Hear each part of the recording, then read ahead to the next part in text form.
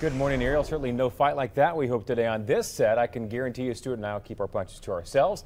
Talking today about Obamacare. What does it mean for you? Stewart Welch joins us this morning, as he does so often, to help us explain and explore here, Stewart, what the financial implications are. Okay, we got the big decision, of course, on Obamacare. It is the healthcare reform laws, as more commonly known, is indeed going to be state law, with a couple of changes, the Medicare and Medicaid changes there.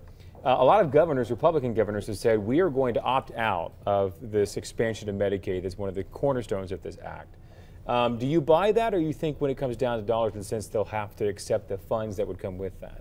Jonathan, you know, it's hard to tell whether they'll stick to their guns. My guess is you got the federal government that's going to fund that. Obviously, taxpayers are going to fund that 100% for the first 3 years, and then it's estimated around 90%. So my guess is if you're looking at all of your, all of the citizens of your state that would qualify for that, it's going to be pretty hard to turn down 100% funding. And so it'll be interesting to see how that does play out. Of course, we see in this state, as in many other states, Medicaid is such a huge part of state budgets, and it's part that's growing faster than almost anything else, other than perhaps retirement.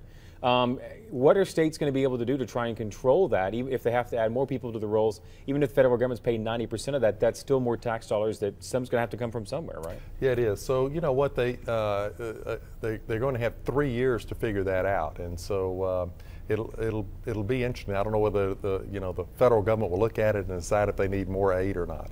It's hard to tell. Let's talk about personal finance, which is right in your wheelhouse, and this is something everybody at home wants to know about. Okay, this law has become apparently is going to stay in effect. What does it mean for my pocketbook in terms of planning for what I spend on health insurance? It's one of every family's biggest expenses, whether it's through your employer, whether you get it on your own, or whether you don't have insurance and have to pay for doctor's visits out of pocket. The law was intended to sort of stop the growth of healthcare expenses so fast. Are we going to need to put more money aside in the future for healthcare and insurance? Well, Jonathan, I think one of the primary thrusts of the law is to try to bring this 30 million people that don't have coverage into coverage, and that's probably going to help hospitals, as you and I talked about earlier. When we talk about the larger population, the people that are actually paying for the medical insurance, my guess is costs are going to continue to rise.